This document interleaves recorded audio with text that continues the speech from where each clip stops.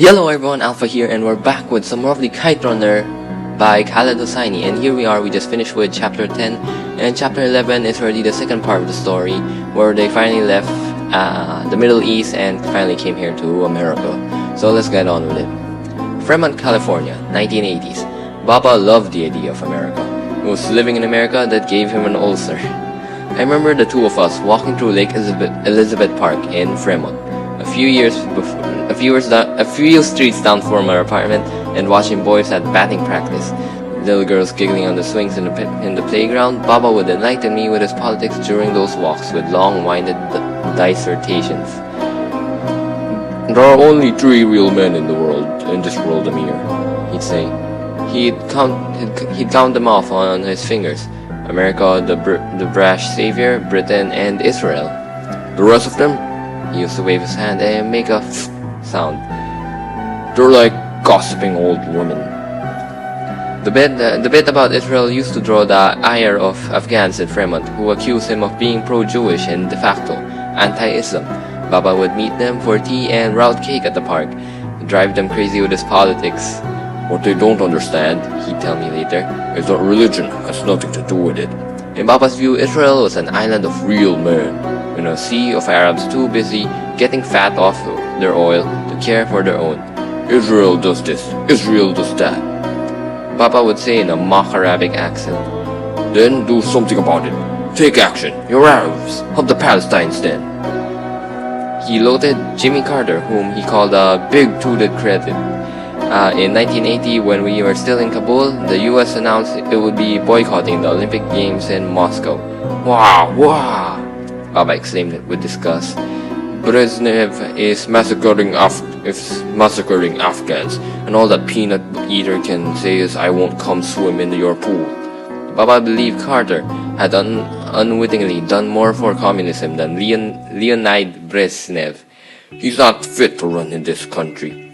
It's like putting a boy who can't ride a bike behind the wheel of a brand new Cadillac. What America and the world needed was a hard man, a man to be reckoned with, someone who took action instead of wringing his hands. That someone came in the form of Ronald Reagan. And when Reagan went on TV and called the Jurrvih the evil empire, Baba went out and brought a picture of the grinning president, giving a thumbs up. He framed the picture and hung it on our hallway, nailing it right next to the old black and white of himself in his thin necktie, shaking hands with King Zahir Shah. Most of our neighbors in Fremont were bus drivers, policemen, gas station attendants, and unwed mothers collecting welfare. Exactly the sort of blue-collar people who would soon suffocate under the pillow Reaganomics pressed to their faces. Baba was the lone Republican in our building. But the base area smog stung his eyes, the traffic noise gave him headaches, and the pollen made him cough. The fruit was never sweet enough, the water never clean enough, and where were all the trees and open fields? For 2 years, I tried to get Baba to enroll in ESL classes to improve his broken English, but he scoffed at the idea. Maybe I'll spell cat, and the teacher will give me a glittery little star so I can run home and show it off to you, he grumbled. One Sunday in the spring of 1983, I walked into a small bookstore that sold used paperbacks next to the Indian movie theater just west of where Amtrak crossed Fremont Boulevard. I told Baba I'd be out in 5 minutes, and he shrugged. When he had been working at the gas station in Fremont and had the day off, I watched him jaywalk across Fremont Boulevard and enter Fast and Easy, a little grocery store ran by an elderly Vietnamese couple, Mr. and Mrs. Nguyen. They were gray-haired, friendly people. She had Parkinson's. He had his hip replaced. He's like a $6 million man. Oh wait, he's like a $6 million man now, she always said to me, laughing toothlessly. Remember $6 million man, Amir? Then Mr. Nguyen would scowl like Lee Majors, pretend he was running in slow motion.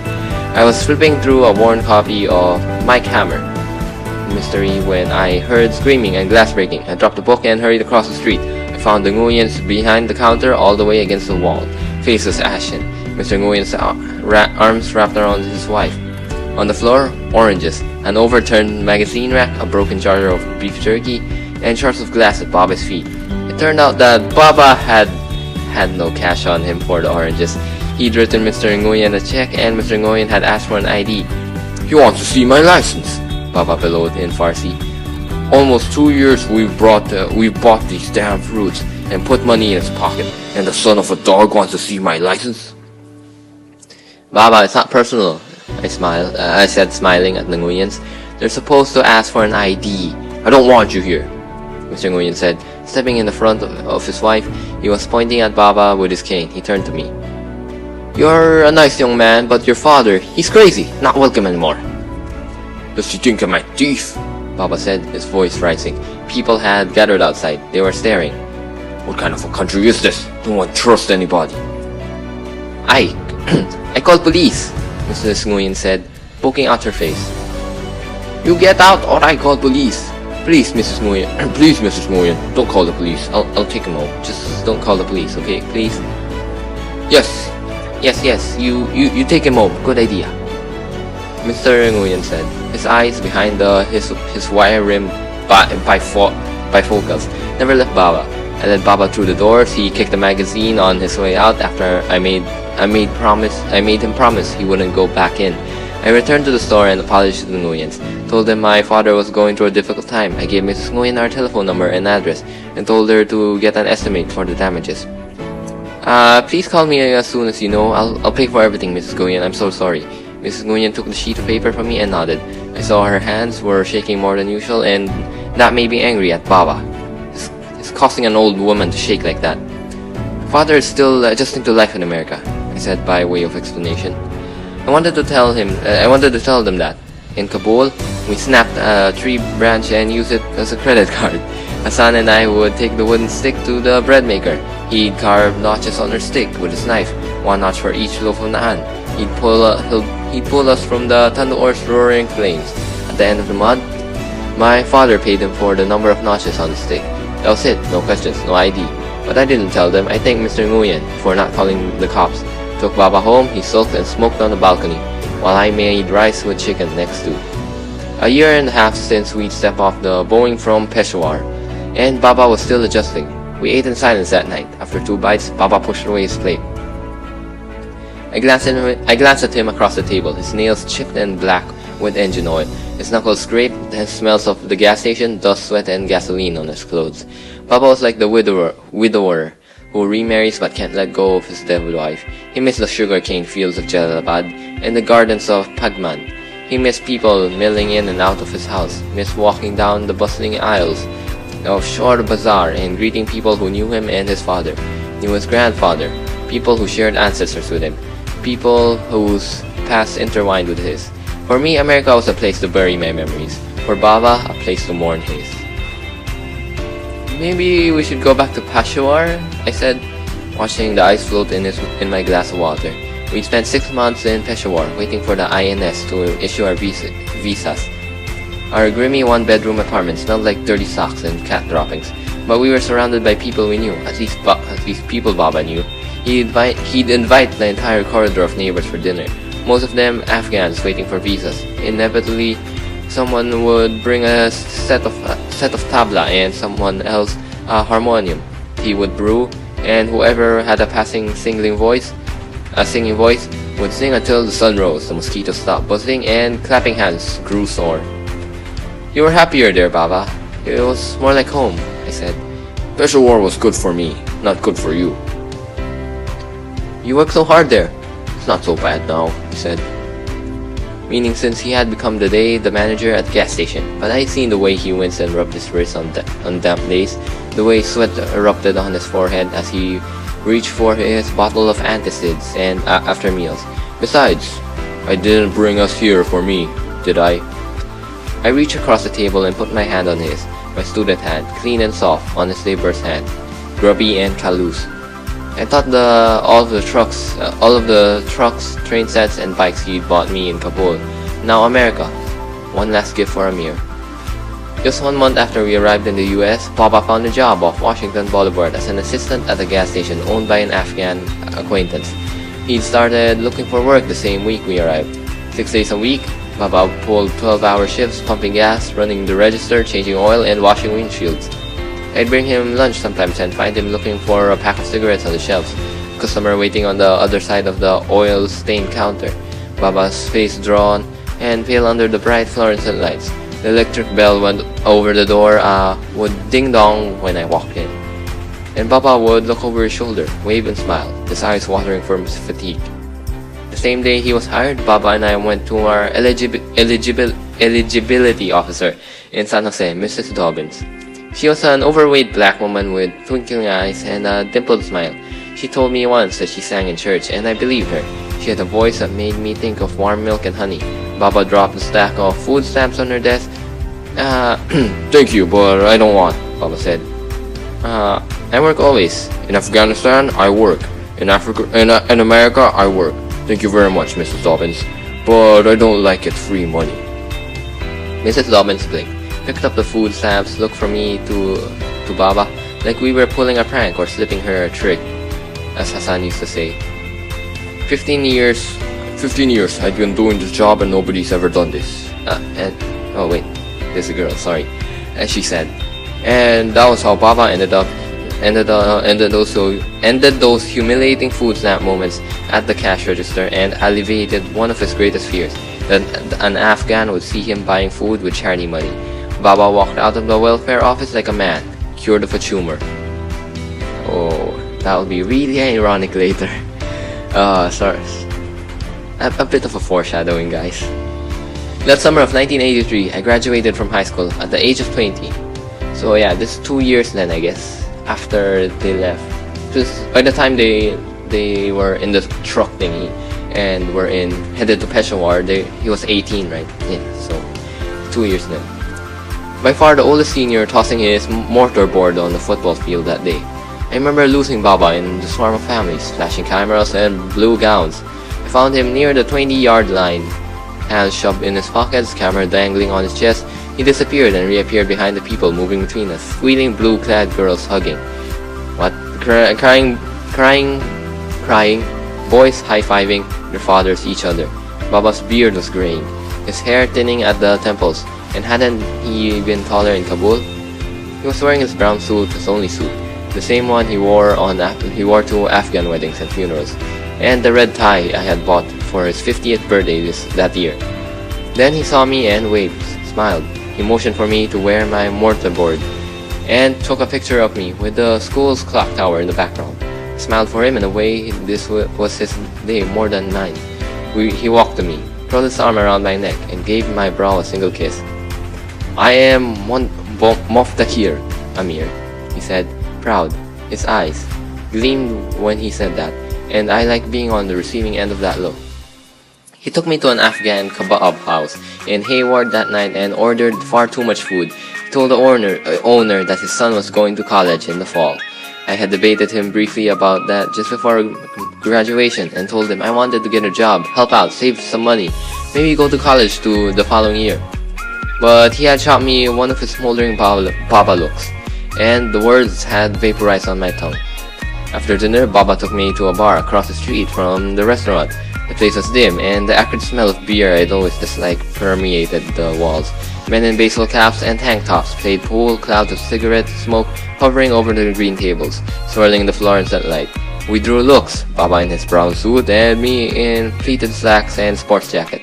We took a seat at the bar, next to an old man, his slithery face sickly in the blue glow of the Michelov sign overhead. Baba lit a cigarette and ordered us beers. Tonight I am much happy. I am too much happy, he announced to no one and everyone. Tonight I'm drinking with my son, and one, please, for my friend, he said, patting the old man on the back. The old fellow tipped his hat and smiled. He had no upper teeth. Baba finished his beer in 3 gulps and ordered another. He had 3 before I forced myself to drink a quarter of mine. By then, he had bought the old man a scotch and treated the foursome of pool players to a pitcher of Budweiser. Men shook his hands and clapped him on the back. They drank to him. Someone lit his cigarette. Baba loosened his tie and gave the old man a handful of quarters. He pointed to the jukebox. Tell him to play his favorite songs, he said to me. The old man nodded and gave Baba a salute. Soon country music was blaring, and just like that, Baba had started the party. At one point, Baba stood, raised his beer, spilling it on the sawdust floor, and yelled, "Fuck the Russia!" The bar's laughter, then its full-throated echo followed. Baba bought another round of pictures for everyone. When we left, everyone was sad to see him go. Kabul, Peshawar, Hayward, same old Baba, I thought, smiling. I drove us home in Baba's old ochre yellow Buick Century. Baba dozed off on the way, snoring like a jackhammer. I smelled tobacco on him and alcohol, sweat and pungent. But he sat up when I stopped the car and said in a hoarse voice, "Keep driving to the end of the block." "Why, Baba?" "Just go." He had me park at the south end of the street. He reached in his coat pocket and handed me a set of keys. "There," he said, pointing to the car in front of us. It was an old model Ford, long and wide, a dark color I couldn't discern in the moonlight. "It needs painting, and I'll have one of the guys at the station put in the new shocks, but it runs." I took the keys, stunned. I looked from him to the car. You'll need to go to college," he said. I took his hand in mine, squeezed it. My eyes were tearing over, and I was glad for the shadows that hid our faces. "Thank you, Baba." We got out and sat inside the Ford. It was a Gran Torino, navy blue, Baba said. I drove it around the block, testing the brakes, the radio, the turn signals. I parked it in the lot of our apartment building and shut off the engine. "Tashakor, Baba Han," I said. I wanted to say more, tell him how touched I was by this act of kindness, how much I appreciated all that he had done for me, all that he was still doing, but I knew I'd embarrass him. "Tashakor," I repeated again instead. He smiled and leaned back against his headrest, his forehead almost touching the ceiling. We didn't say anything, just sat back in the dark, listened to the tink-tink of the engine cooling, the wail of a siren in the distance. Then Baba rolled his head toward me. "I wish Hassan had been with us today," he said. A pair of steel hands closed around my windpipe at the sound of Hassan's name. I rolled down the window, waited for the steel hands to loosen their grip. I would enroll in junior college classes in the fall. I told Baba the day after graduation. He was drinking cold black tea and chewing cardamom seeds, his personal trusted antidote for hangover headaches. "I think I'll major in English," I said. I winced inside, waiting for his reply. "English? Creative writing." He considered this, sipped his tea. "Stories, you mean? You'll make up stories?" I looked down at my feet. They pay for that, making up stories. They pay for that? Making up stories? "If you're good," I said, "and if you get discovered." "How likely is that, getting discovered?" "It happens." He nodded. "And what will you do when you wait to get good and get discovered? How will you earn money if you marry? How will you support your kanum?" I couldn't lift my eyes to meet his. "I'll find a job." "Oh," he said. Wah. "So if I understand, you'll study several years to earn a degree, then you'll get a chatty job like mine. One you could just as easily land today, on the small chance that your degree might someday help you get discovered." He took a deep breath and sipped his tea, grunted something about medical school, law school, and real work. My cheeks burned and guilt coursed through me, the guilt of indulging myself at the expense of his ulcer, his black fingernails and aching wrists. But I would stand my ground. I decided I didn't want to sacrifice for Baba anymore. The last time I had done that, I had damned myself. Baba sighed and this time tossed a whole handful of cardamom seeds in his mouth. Sometimes I got behind the wheel of my Ford, rolled down the windows, and drove for hours, from East Bay to the South Bay, up the peninsula and back. I drove through the grids of cottonwood-lined streets in our Fremont neighborhood, where people who'd never shaken hands with kings lived in shabby, flat one-story houses with barred windows, where old cars like mine dripped oil on blacktop driveways. Pencil gray chain link fences closed off the backyards in our neighborhood. Toys, bald tires, and beer bottles with peeling labels littered unkept front lawns. I drove past three shaded parks that smelled like bark, past strip malls big enough to hold 5 simultaneous buzkashi tournaments. I drove the Torino up the hills of Los Altos, idling past estates with picture windows and silver lions guarding the wrought iron gates, homes with cherub fountains lining the manicured walkways, and no Ford Torinos in the driveways, homes that made Baba's house in Wazir Akbar Khan look like a servant's hut. I get up early some Saturday mornings and drive south on Highway 17, push the Ford up the winding road through the mountains to Santa Cruz. I would park by the old lighthouse and wait for sunrise, sit in my car and wait and we'd watch the fog rolling in from the sea. In Afghanistan, I had only seen the ocean at the cinema, sitting in the dark next to Hassan. I had always wondered if it was true what I'd read. The sea air smelled like salt. I used to tell Hassan that someday we'd walk on a strip of seaweed-strewn beach, sink our feet in the sand, and watch the water recede from our toes. The first time I saw the Pacific, I almost cried. It was as vast and blue as the oceans in the movie screens of my childhood. Sometimes in the early morning, I parked the car and walked up a freeway overpass. My face pressed against the face, I tried to count the blinking red taillights, inching along, searching as far as my eyes could see. BMWs, Saabs, Porsche, cars I'd never seen in Kabul, where most people drove Russian Volgas, old Opels, or Iranian Paikans. Almost 2 years had passed since we had arrived in the US, and I was still marveling at the size of this country. Its vastness. Beyond every freeway lay another freeway. Beyond every city lay another city, hills beyond mountains, and mountains beyond hills, and beyond those, more cities and more people. Long before the Rousey army marched into Afghanistan, long before villages were burned and schools destroyed, long before mines were planted like seeds of death and children buried in rock-piled graves, Kabul had become a city of ghosts for me, a city of hair-lipped ghosts. America was different. America was a river, roaring along, unmindful of the past.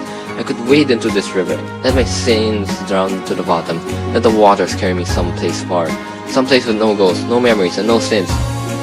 For nothing else, for that, I embrace America. The following summer, the summer of 1984, the summer I turned 21, Baba sold his Buick and bought a dilapidated 71 Volkswagen bus for $550 from an old Afghan acquaintance who'd been a high school science teacher in Kabul. The neighbors' heads turned the afternoon. The bus sputtered up the street and farted its way across our lot. Baba killed the engine and let the bus roll silently in our designated spot. We sank in on our seats, laughed until tears rolled down our cheeks, and more important, until we were sure the neighbors weren't watching anymore. The bus was a sad carcass of rusted metal, shattered windows replaced with black garbage bags, balding tires, and upholstery shredded down to the springs. But the old teacher had reassured Baba that the engine and transmission were sound, and on that account the man hadn't lied. On Saturdays, Baba woke me up at dawn, and as he dressed, I scanned the classifieds in the local papers and circled the garage sales ads. We mapped our route: Fremont, Union City, Newark, and Hayward first, then San Jose, Milpitas, Sunny Valley, and Campbell if time permitted. Baba drove the bus, sipping hot tea from the thermos, and I navigated. We stopped at garage sales and bought knickknacks that people no longer wanted. We haggled over old sewing machines, one-eyed Barbie dolls, wooden tennis rackets, guitars with missing strings, and old Electrolux vacuum cleaners. By mid-afternoon, we'd filled the back of the VW bus with used goods. Then early Sunday mornings, we drove to the San Jose flea market of Berryessa, rented a spot, and sold the junk for a small profit. A Chicago record that we bought for a quarter the day before might go for $1 and or $4 for a set of 5.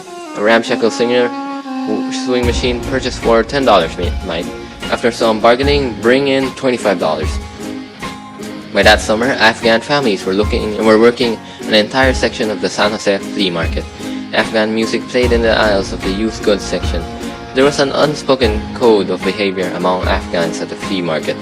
You greeted the guy across the aisle, you invited him for a bite of potato bolani or a little kabali, and you chatted. You offered tasali, condolences for the death of a parent, congratulated the birth of children, and shook your head mournfully when the conversation turned to Afghanistan and the Rusis, which it inevitably did.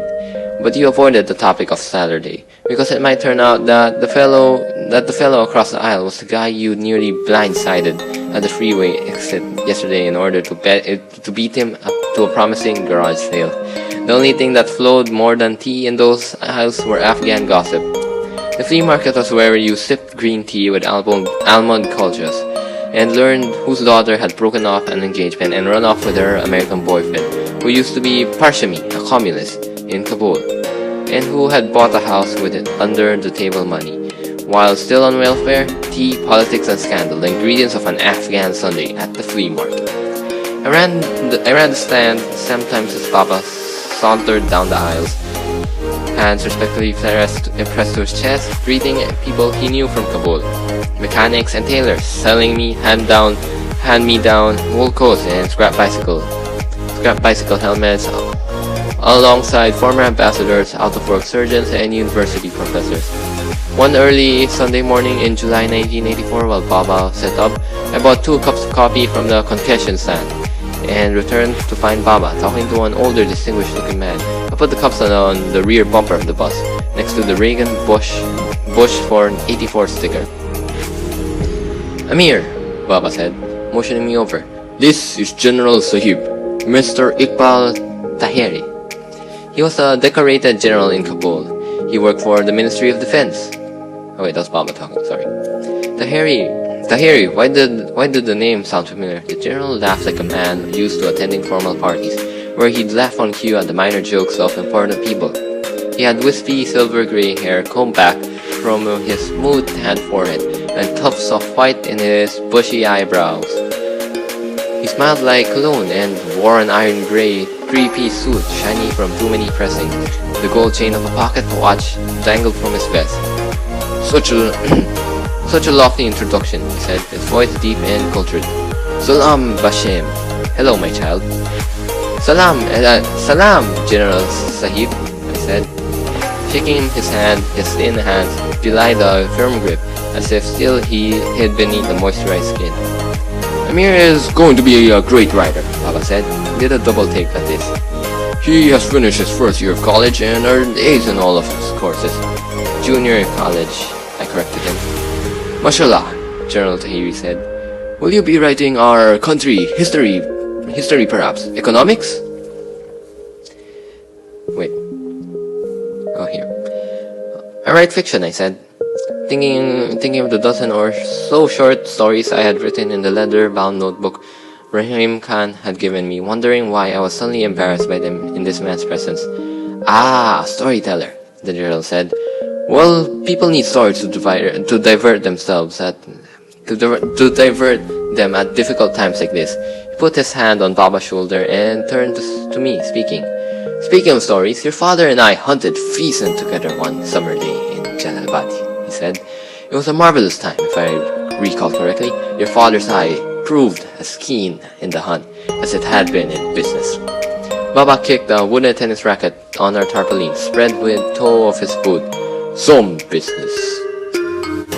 General Tahiri managed a simultaneously sad and polite smile, heaved a sigh, and gently patted Baba's shoulder. "Zindagi migzara," he said. "Life goes on." He turned his eyes to me. "We Afghans are prone to a considerable degree of exaggeration, Bashem, and when I have heard many men foolishly labeled great, but your father has the distinction of belonging to the minority who truly deserves the label." This little speech sounded to me the way his suit looked, often used and unnaturally shiny. "You're flattering me," Baba said. "I am not," the general said, tilting his head sideways and pressing his hand to his chest to convey humility. "Boys and girls must know the legacy of their fathers," he turned to me. "Do you appreciate your father, Bashem? Do you really appreciate him?" "Balai, General Sahib, I do," I said, wishing he'd not call me my child. "Then congratulations!